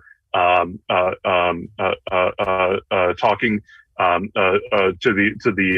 the committee about. I would think about it in terms of, if you were hiring a consultant firm, you might have feedback as to the quality of the services that you're receiving, but you wouldn't expect the consulting firm to tell you, what's going on with an individual employee. And I would say it's the same way in terms of the county staff or the county department providing the staff to assist here. For example, we've hired an outside firm to assist with one of our JPAs. One of the attorneys has become unavailable for an extended period of time. I am not asking, as much as I might be concerned about his health or what may be going on there, I'm not asking them to divulge any sort of specific information as to what's going on. That's between him and the firm, and the firm has some obligations not to be telling us, the client, sort of what's going on there. Thank you, Councillor. Michelle, please. Yes. So I do want to say that I appreciate the county council and HR and the strong effort to protect the privacy and employment rights of county employees. I think it's important in maintaining a motivated, committed, and present workforce that they know they have that sense of privacy and protection. And this is a very, very public venue. So I absolutely support those efforts. I also appreciate the sort of interim steps to make sure projects are continuing to move forward by current staffing, although I would hope that in the next budget cycle, I was pleased to see it was included, that there is consideration for hiring a full-time project manager just dedicated to Measure B. I think it is in the best interest of those funds to have one person stewarding the whole vision over the long term. So I think that was everything. Thank you. Thank you. Any further committee comment? And Mark, are you good with this item now? Did everything got answered for you? Yes. Okay. Moving on to item 3F, discussion and possible action regarding CRT operator and facility construction decisions. Mark, you're on again. Yeah, just wanted to follow up and see where we were as far as contracting a CRT operations person for the building that we're moving forward with building. Also wanted to see if we received responsible bidders or responses to the RFP on the PUF units. More importantly, on the CRT, is there any monies that are going to need to be funded? I believe this was answered last meeting, but a follow-up on that would be good. Also in the RFPs for the PUF operators, were there any requirements of funding needed from Measure B funds? Dr. Miller? So what I can say is that the crisis residential treatment facility operator contract will be going in front of the Board of Supervisors on April 20th for approval. There are no Measure B dollars that will be used to fund the services for the crisis residential treatment facility. The psychiatric health facility, those are still in final negotiation review.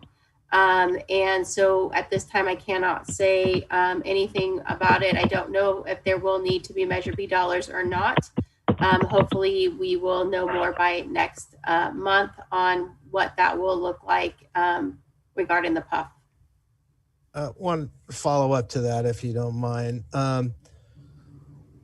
prior to us moving forward with building a PUF unit, we're going to be in negotiations with a provider or have a commitment for a provider prior to doing such actions, correct?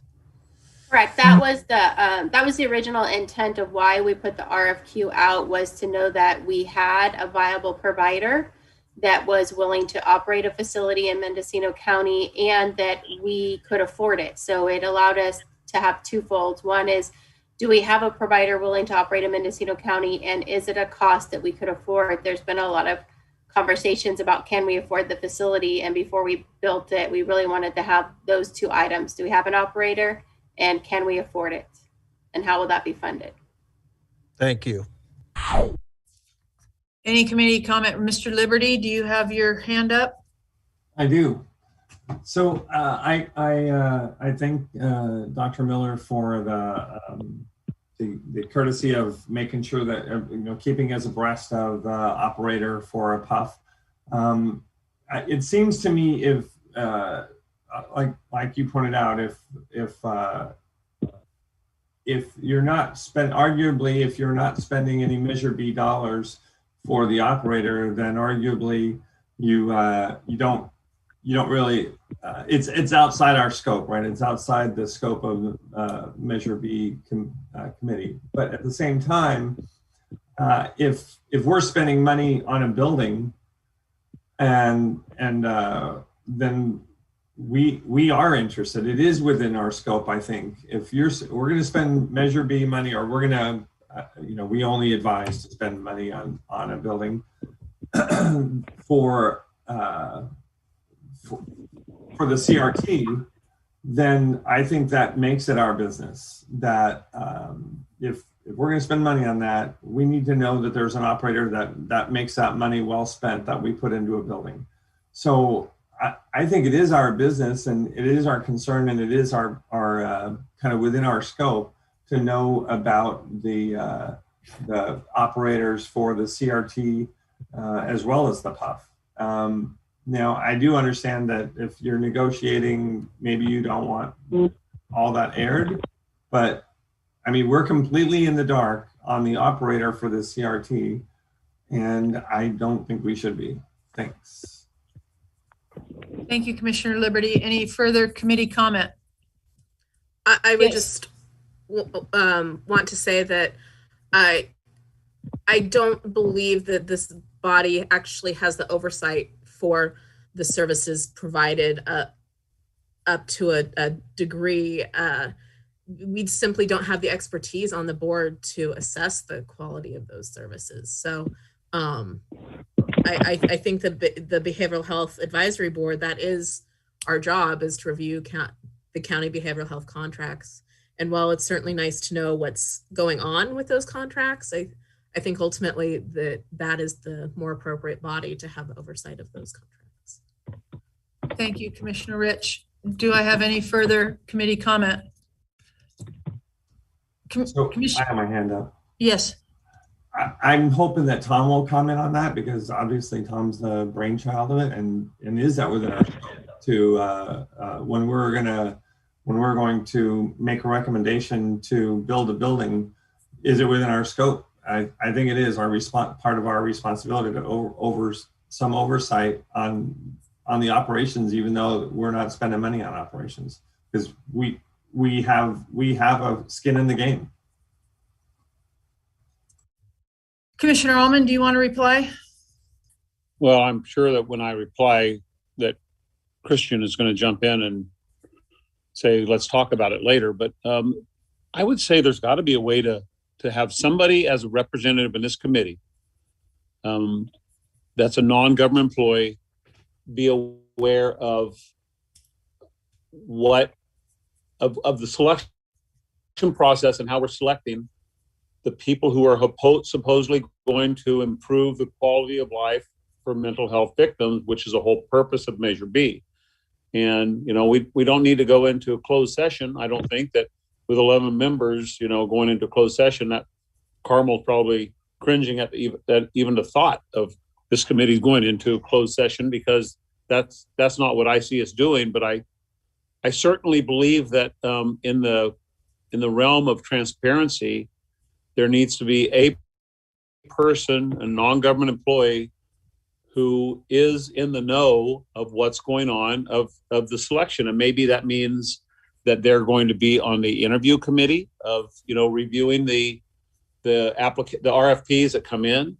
But it can't just be a man behind a curtain and we're trusting everything that's going. Not to say that anybody's given us a reason not to trust, but and transparency realm is the leader of good government right there. So as we go down this road, this trail, I would recommend that somebody from this committee is on the RFP review team and knows the good, the bad, and the ugly of why some committees were selected and weren't selected. And the reason I say that is because the rear view mirror of looking back, and I'll use Ortner, for example.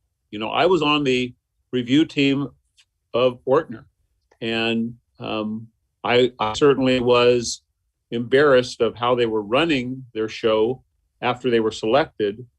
But for the county to, if they put somebody from this committee on the RFP team, it would allow Measure B to be part of the team that is improving the quality of life for mental health services. So I would just ask the Board of Supervisors, because it's ultimately the Board of Supervisors' decision, and Supervisor Haschak, I hope you're still on, that you would almost demand that Measure B is represented on the RFP review team.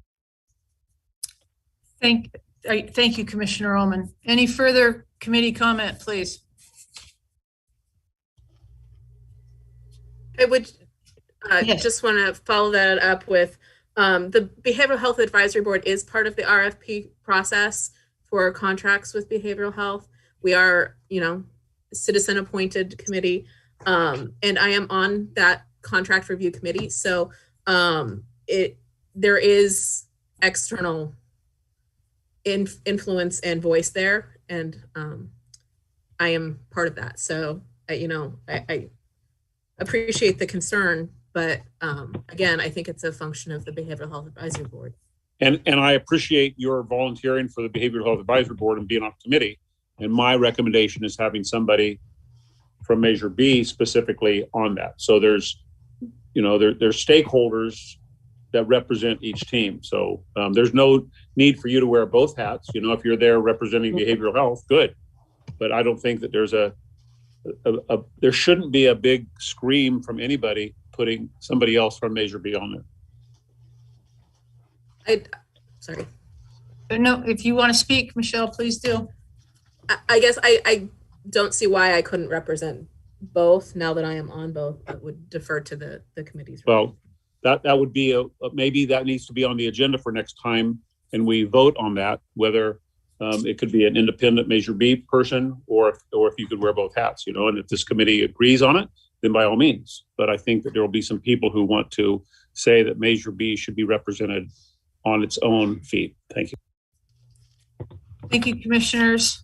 Any further discussion? Is there any, Dr. Barish, did you want to speak? No, I'm sorry. Oh, sorry. Thought I saw you. Any community comment, please? Sherry.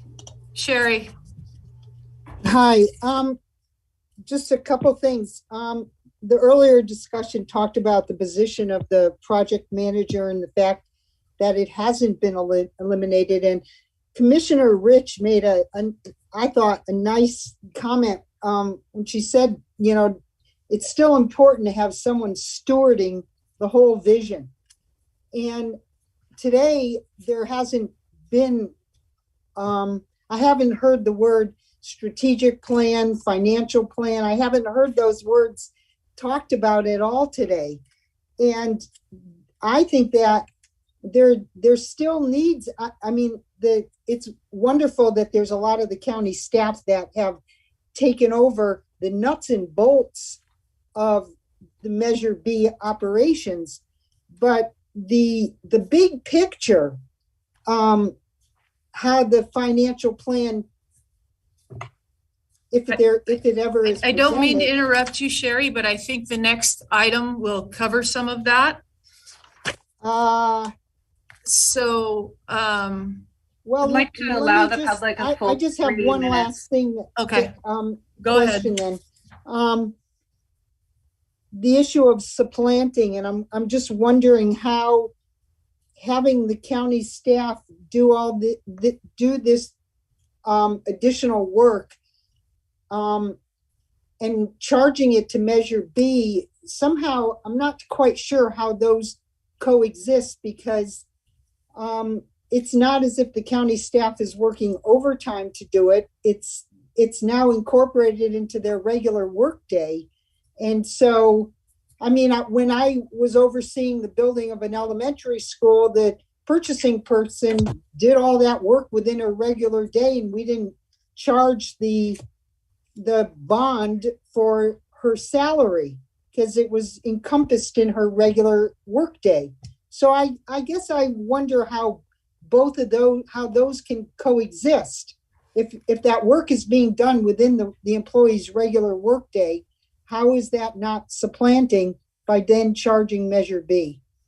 So that was just the other thing. Thank you, Sherry.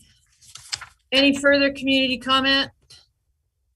Okay, thank you. Moving on to item 3G, and then don't forget we have to go back to item 3C. So item 3G, Shannon, please.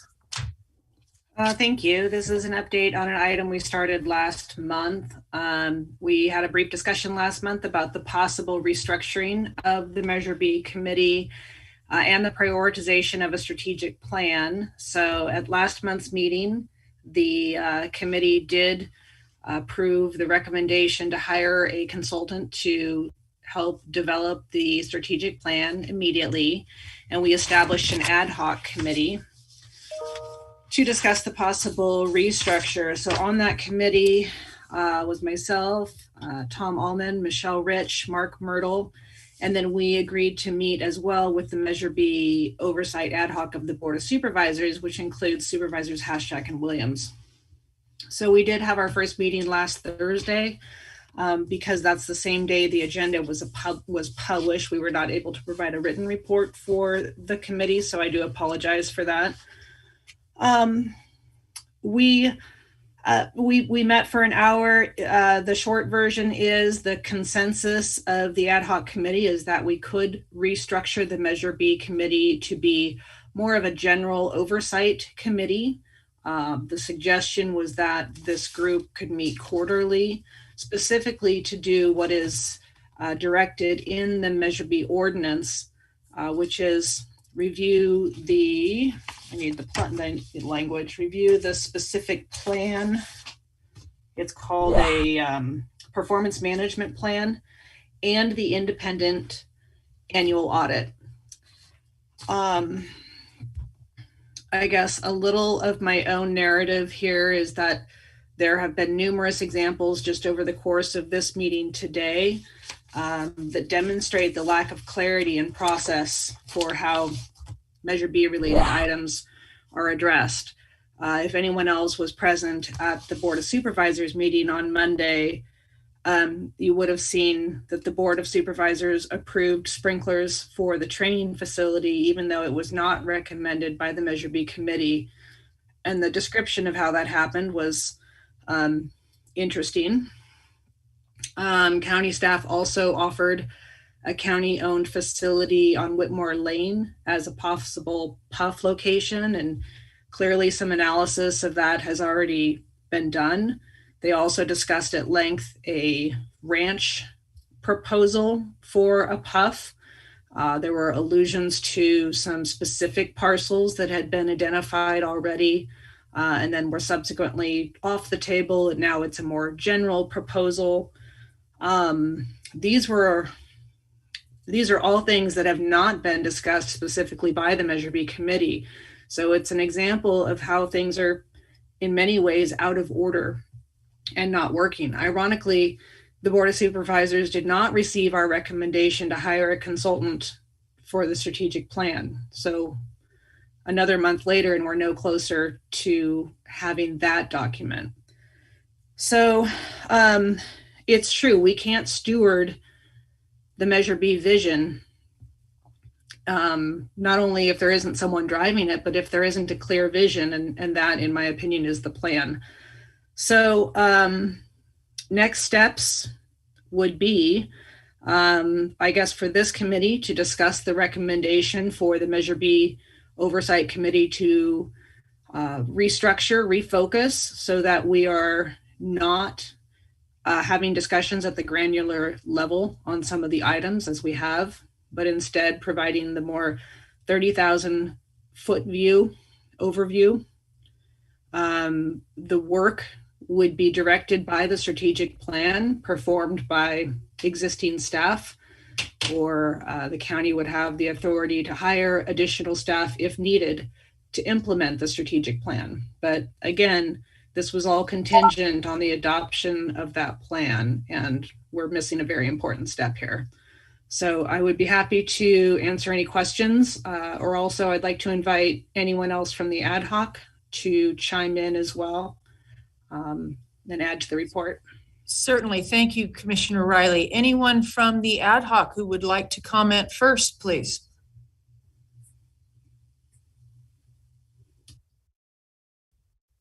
Okay, Commissioner Liberty, I see your hand up, yes? No? I don't think so, sorry. Oh, sorry, I happened to see a hand. I've only seen one. Commissioner Rich. I would just echo Commissioner Riley's assessment of the need for the strategic plan. I don't think any kind of restructuring of this committee can happen without that kind of high-level guiding document. So, okay. Any further committee comment? Alman and yes, Commissioner Allman, please. I certainly want to thank Shannon for this idea, and I think it has a lot of legitimate concern of moving forward. You know, this month represents our third year of doing this, and some of us have been on this committee for 3 years. And I would imagine that when we first met, we never would have imagined that 3 years from on that date, we would be where we are right now, of the not as much progress as we were hoping. And maybe hope is the right word, and the reality is that in government, nothing moves fast. So this is going to be an entire paradigm shift, because what I envision is that this committee may only meet 3 times, 4 times, or maybe twice a year, and that the smaller committee stays focused on the strategic committee or strategic report and program, and keeps Measure B informed of what's going on, so there's no secrets. However, as Shannon brought up last meeting, we're not going to spend 45 minutes talking about the LED lights versus halogen lights and taking, very precious time. So we had a very good meeting when we met last week, and it sounds like we're going to be able to hopefully move forward. If, it needs to be on the agenda for next month, if this is something that we could all do. And if this committee is comfortable with it, and basically entrusting this ad hoc to move forward with it. Thank you. Thank you, Commissioner Allman. Anyone else, please? Yes, Commissioner Diamond. Yeah, I had a question and then a comment. Did the ad hoc committee have a recommendation? I hear that the strategic plan didn't get addressed by the Board of Supervisors, but separate from that, did the committee have a recommendation of what you suggest moving forward based on your discussions and your experience? That's my question, and then I have a comment once I hear if you have a recommendation or not for us. Yes, Commissioner Riley. I may, through the chair. Thank you. Thank you for the question. This item is just informational on this particular agenda. I agree this should be scheduled for the next agenda for discussion and possible action. But again, and I feel like a broken record here, the restructure has got to be contingent upon the adoption of a strategic plan that is public and transparent. So we can't do one without the other. So I am asking for our recommendation to hire a consultant to assist with the strategic plan to be presented to the Board of Supervisors at the next opportunity, and then for an agenda item to be placed on Measure B's next agenda for discussion and possible action regarding this restructuring.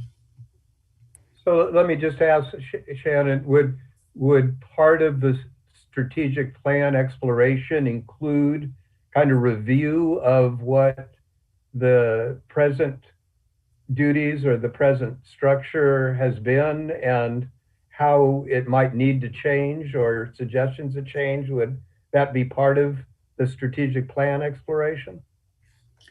Well, specifically, the hope is that the strategic plan is based largely on the Kemper study, which we have discussed numerous times and are largely in agreement with. I understand the Behavioral Health Advisory Committee has also done some review of it, may have some recommendations for modifications or slight diversions from the Kemper study. That would be part of the process, but we're not starting from scratch here. We have a document that we sourced and that we expressed confidence in. And to a certain extent, we have been doing the work prescribed in that plan, not necessarily in the order or in the way that it was prescribed. But again, the way in which projects are coming forth to this committee, the way in which decisions are being made is not linear, it's not transparent.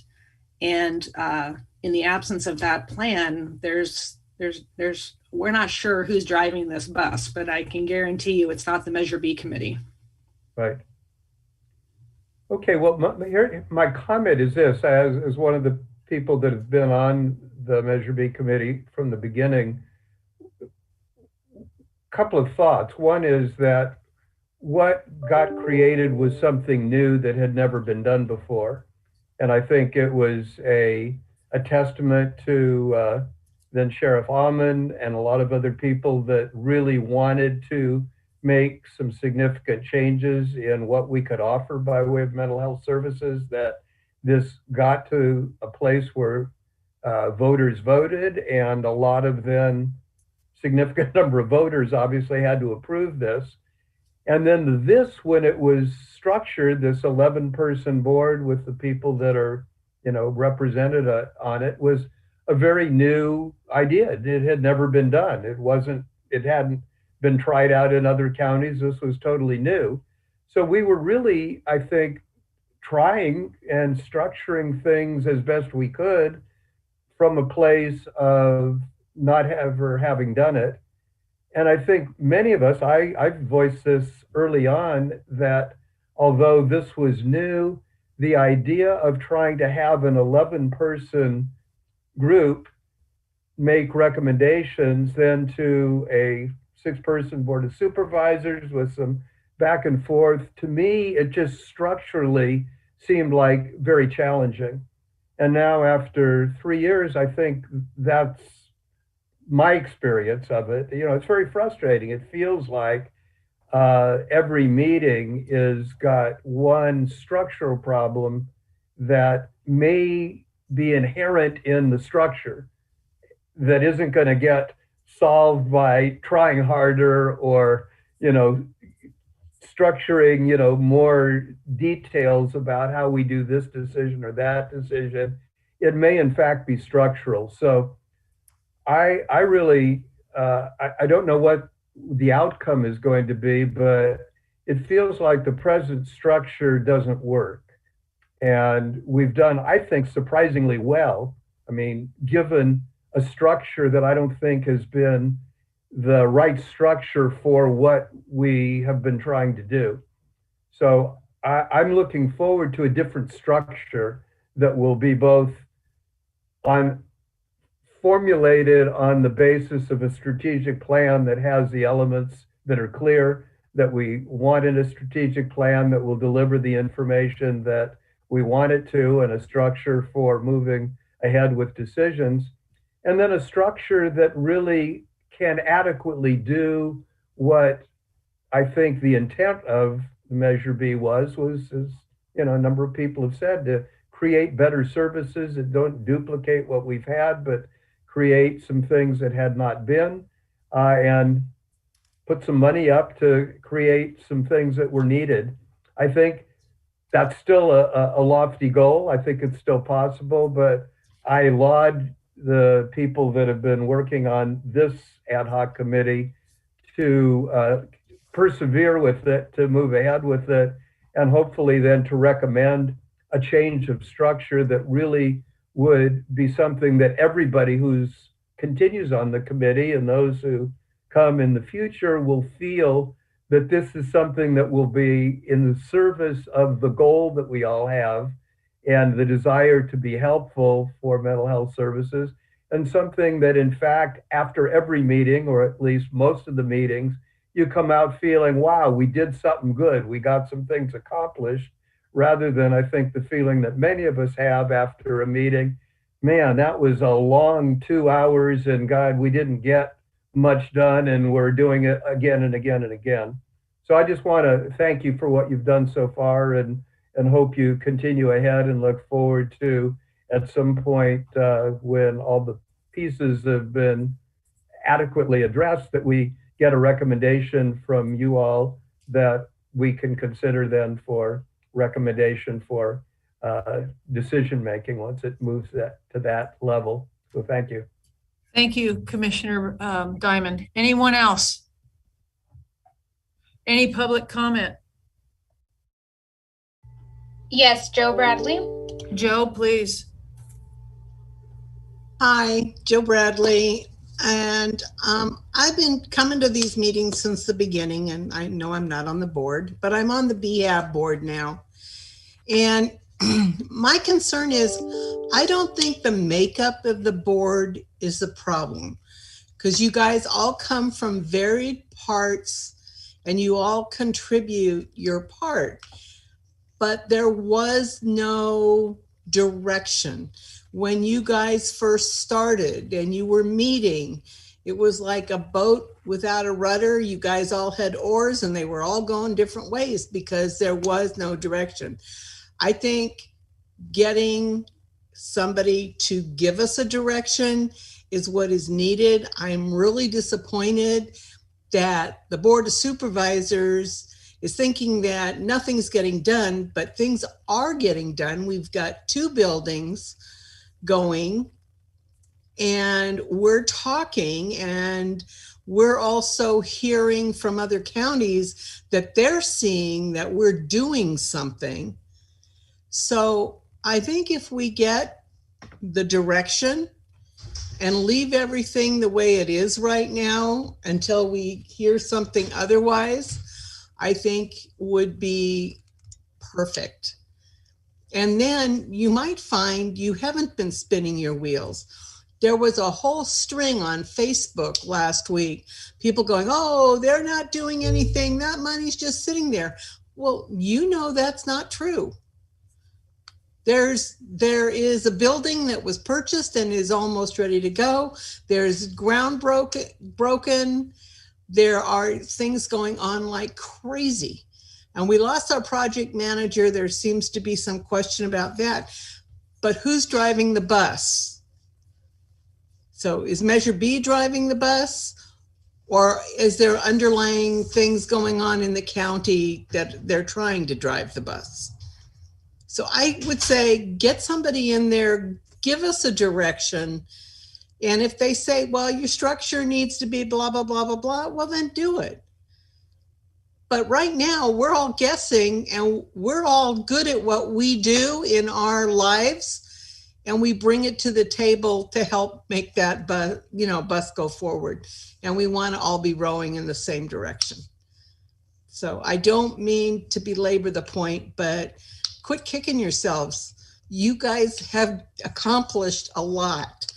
In 3 years, I would have wanted it to be done, but there was no way to know which way to go. As Jed said, we came new to the party. And we had to learn how to work with each other and work under a Brown Act, for crying out loud. because you didn't have that. So get somebody in there to help with the implementation. I don't know if we need to get permission from the Board of Supervisors, probably, because we're going to be spending some money of our own. But that's the thing that slows us down, is everything we try to do to go forward, we have to get permission. And so we're dealing with those parameters. Well, let's find what direction we're going, and then they'll understand it too. And have them in on the planning. Because we would call people in, not just the board, but people that had interest in what we were doing. Thank you, Joe. I'm sorry, I'm laboring it. Sorry. That's okay. We appreciate your comments. Thank you so much. Any other community comment? Sherry? Sherry.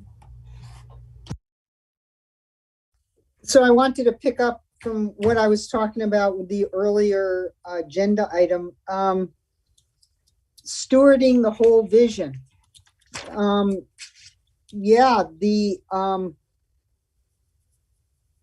Everything contingent upon adoption of a strategic plan, which in my way of looking at things can exist separate from a financial plan. They're inextricably linked. And I mean, getting permission is one thing, but to know what it is that you want to ask for comes before that. And it keeps coming back to that, having someone that will steward the direction for Measure B, monitoring progress of projects as they connect to that strategic plan. Where is the committee in this picture? Where are we in the picture at this point? And being able to, that's what the update is. And, you know, when we saw this budget earlier today, I mean, it's not unreasonable to put forward a 3-year budget, make a plan, think larger than just one project at a time or one program at a time, but looking at things more globally and seeing how all the pieces connect. And at the end of this, this strategic plan, where are we left? Are we like cutting ourselves to the bone here? Or do we have possibly $7 million left over? Where are we? So anyway, that's enough. Thanks. Okay, thank you, Sherry. Any other community comment, please? Any other committee comment? Yes, Shannon. Thank you. I think some good points have been made and reminded me that I probably wasn't very clear. I make some assumptions when I say we need a strategic plan. We did talk about this at length in the ad hoc committee. It is imperative that the strategic plan include the financial plan, and the supervisors have been asking for this as well, and an action plan, the actual steps, tasks broken down that are necessary to make these goals realities. So absolutely, financial plan, action plan are critical components of the strategic plan. But yeah, at this point, I would, if there is any additional feedback from the committee for this ad hoc committee to discuss further, it would be helpful to hear that at this meeting so that we could bring back at the next meeting a specific recommendation. Thank you. Do I have any further yes, Commissioner Diamond. Yeah, just a couple of things. I think the thing that has added to the difficulty, in addition to the structure and that it being new, is that we've been in COVID for a year. I mean, we've kind of gotten used to this unusual situation that affects everybody. It affects, our time. It affects a bunch of other things that many people that are involved are having to do that we didn't anticipate doing.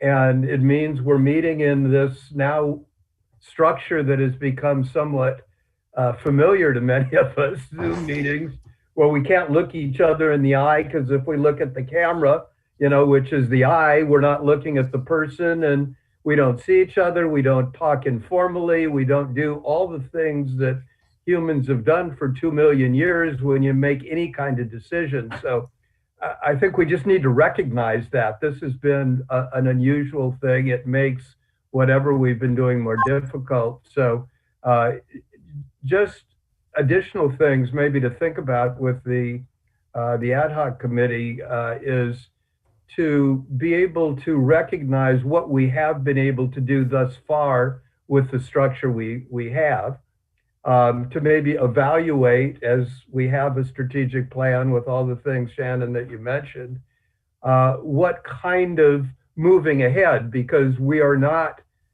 where we were at the beginning. We really have accomplished things, and we are a number of years in, and whatever structure or process we may have needed at the beginning, we may need a different kind of structure and process moving ahead, given what is still needed to be done that is different from where we were when we began.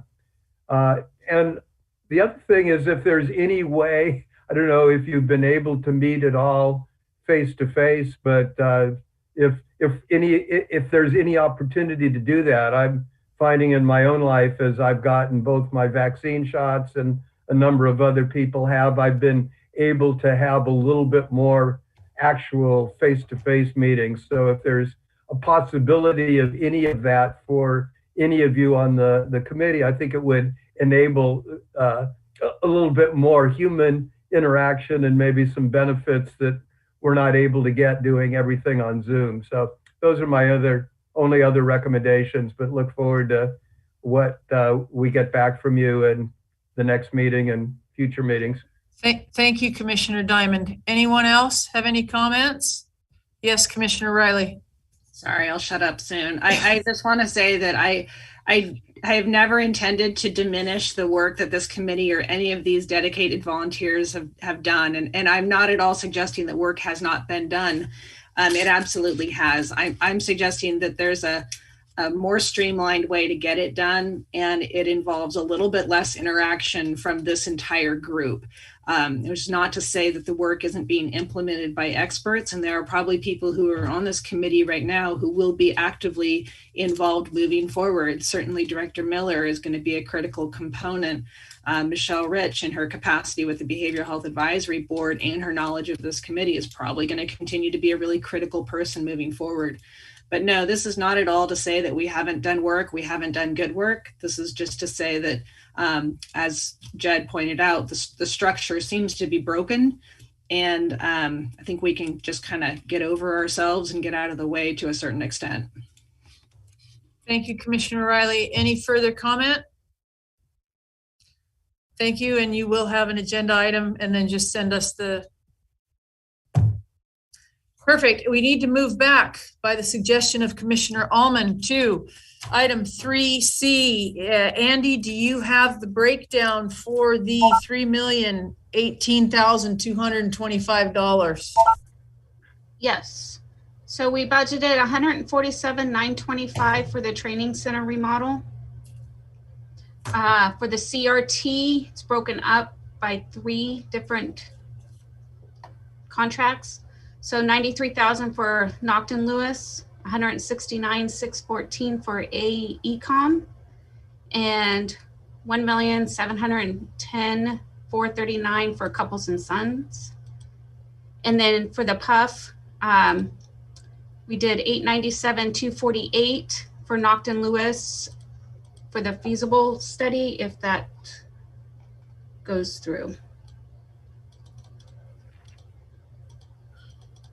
Thank you. Do I have any committee comment?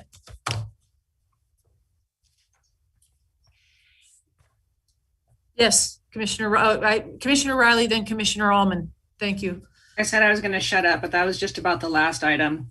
To Lloyd's point earlier about just needing to have money budgeted in order to be spent, assuming we do get a strategic plan and a financial analysis and we can really get some of these projects moving, and it does sound like the county has made significant progress one way or another on a PUF.